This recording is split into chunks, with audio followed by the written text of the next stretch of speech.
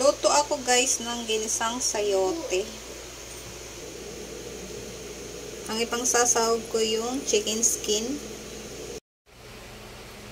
Lagay ko na yung chicken skin para magmantika siya.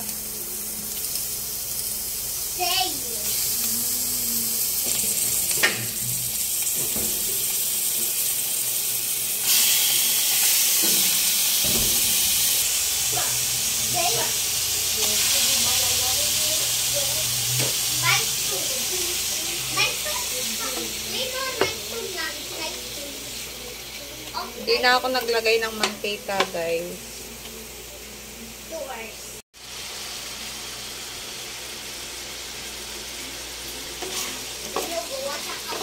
Nagmantika na guys yung chicken skin. Ang dami ng mantika, oh.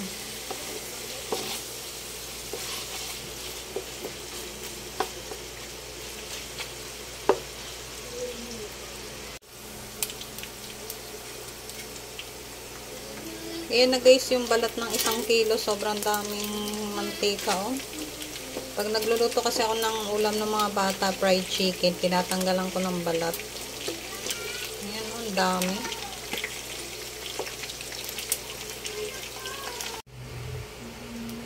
Tinanggalan ko na pala siya guys ng mantika. At ito yung naipon kong mantika guys. Oh. Halos mag-isang tasa na maliit. Set aside natin.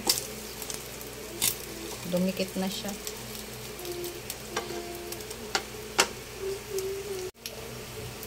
Lagay ko yung bawang.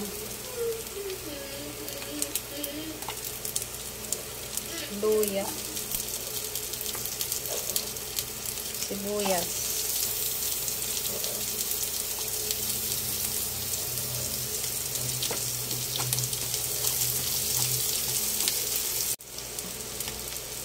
Lagay ko na yung kamatis.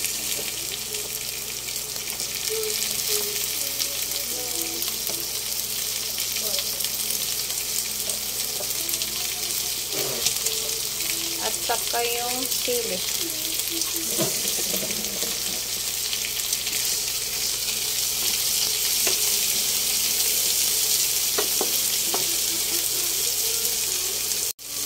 Lagay ako ng paminta powder.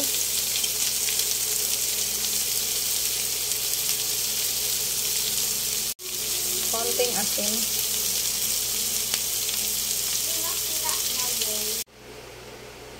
Check ko na.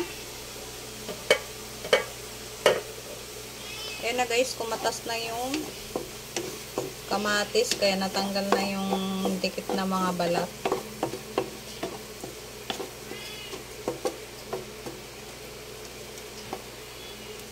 Lutuin ko pa ng kaunti.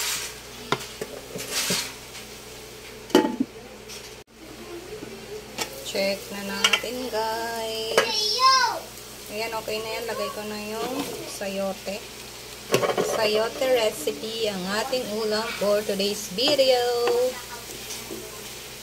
And bento ba? Ayan.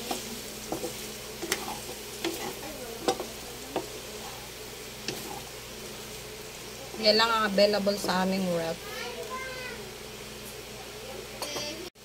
Lagay uli ako ng kaunting paminta powder.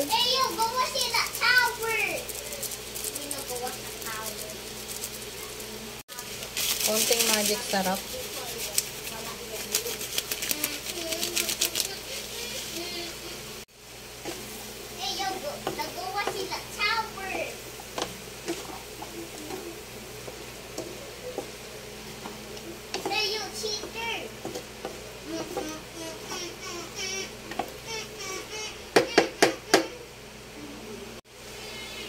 Lagyan ko konting tubig.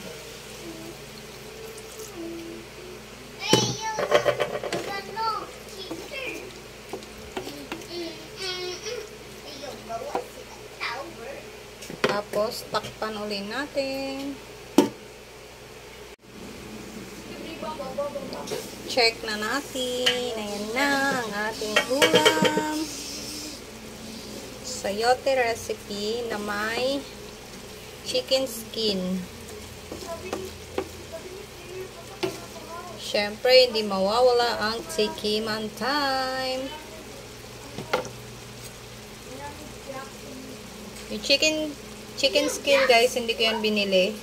Yan yung ginawa kong fried chicken ng mga bata. Siyempre, tikiman time. Goods na, guys, yung lasa. Oh. Diba? Yung sayote, guys, 20 pesos.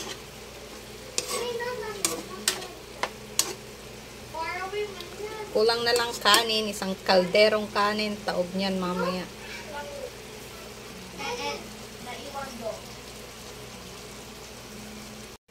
Patayin ko na yung apoy. Yummy, yummy.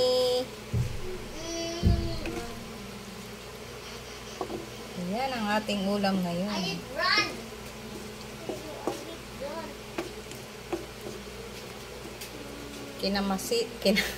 Kinamatisang sayote.